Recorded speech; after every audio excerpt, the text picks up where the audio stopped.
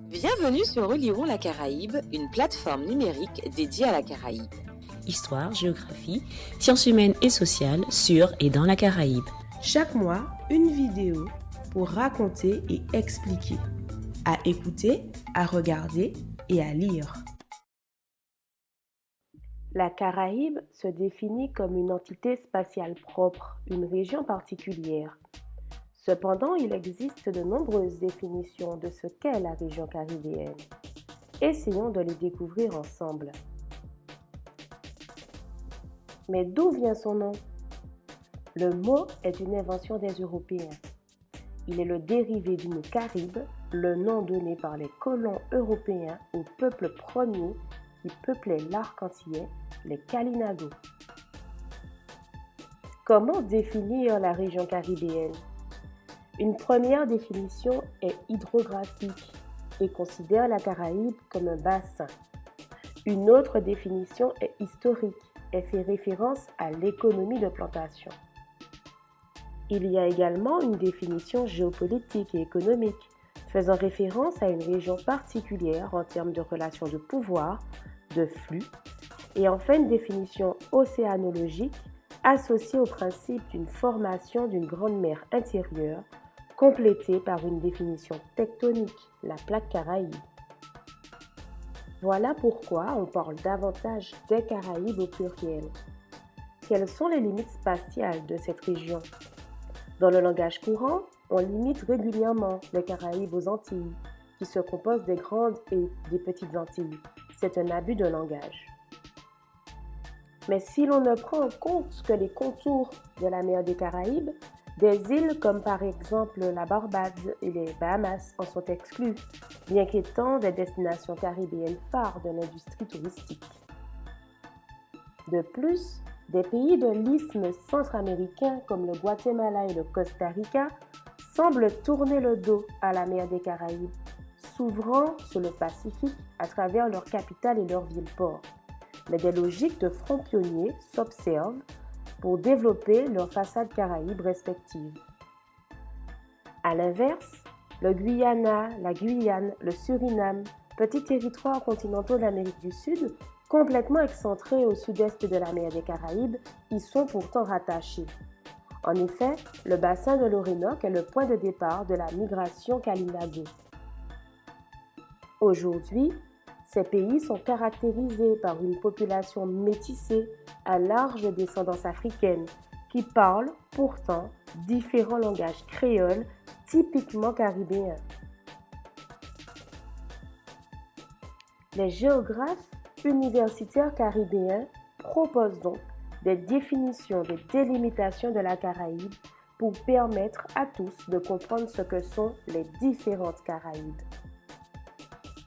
D'une part, on distingue la Caraïbe insulaire, qui regroupe, en plus des îles, des territoires insularisés par d'autres facteurs que la mer.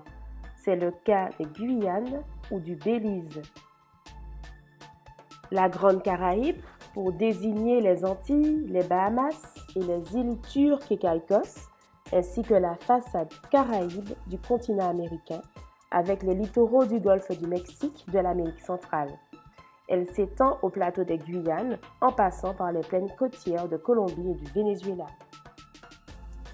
Et politiquement, quel statut pour les territoires de la Grande Caraïbe? Certains États sont indépendants, comme les États continentaux d'Amérique centrale, mais également Cuba, Haïti, la République dominicaine, Antigua et Barbuda, les Bahamas, la Barbade, la Dominique, ou encore la Jamaïque et Sainte-Lucie.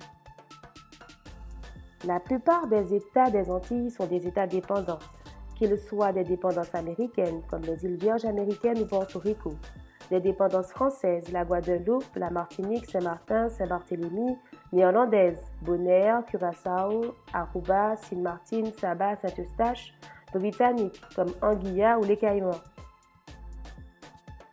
En dépassant les questions liées aux limites spatiales de la Caraïbe et à travers une géographie culturelle de la région, on peut s'interroger sur les perceptions de cet espace par leurs habitants. En effet, le géographe s'intéresse aussi à l'espace tel qu'il est vécu par ces populations, comment elles perçoivent les limites de leur territoire. Les Cubains, par exemple, se définissent largement comme des Latinos et non comme des Caribéens. Exception faite de ceux originaires de Santiago de Cuba, une ville où la population d'origine africaine est beaucoup plus importante. Les Antillais sont, selon leur perception propre, les habitants de la Martinique et de la Guadeloupe, opposant cette identité à celle des autres îles de l'archipel, et ceci leur donne une place à part dans cet ensemble à mi-chemin entre la France et la Caraïbe. Mais quelle unité pour la Caraïbe? Le terme Caraïbe désigne un carrefour où se sont rencontrées toutes les grandes civilisations. Certes, la Caraïbe est américaine, mais elle représente une région bien identifiée par un héritage historique, culturel et structurel. Un héritage composé d'une part de l'extermination de près de 3 millions d'Amérindiens pour les seules îles de la Caraïbe, et d'autre part par la déportation de millions d'Africains dans le cadre de la traite négrière, de la mise en esclavage et de la société d'habitation. L'unité de la Caraïbe est également visible à travers des institutions. L'Association des États de la Caraïbe ou encore la CARICOM, Caribbean Community, ont pour but de renforcer la coopération entre les États ainsi que de favoriser des échanges économiques. Étudier la Caraïbe, c'est donc prendre en compte ses différentes définitions et limites spatiales et aborder son unité historique et culturelle. C'était Oliron la Caraïbe, une plateforme dédiée à la Caraïbe sur Facebook, Twitter et Instagram. à écouter, à regarder et à lire.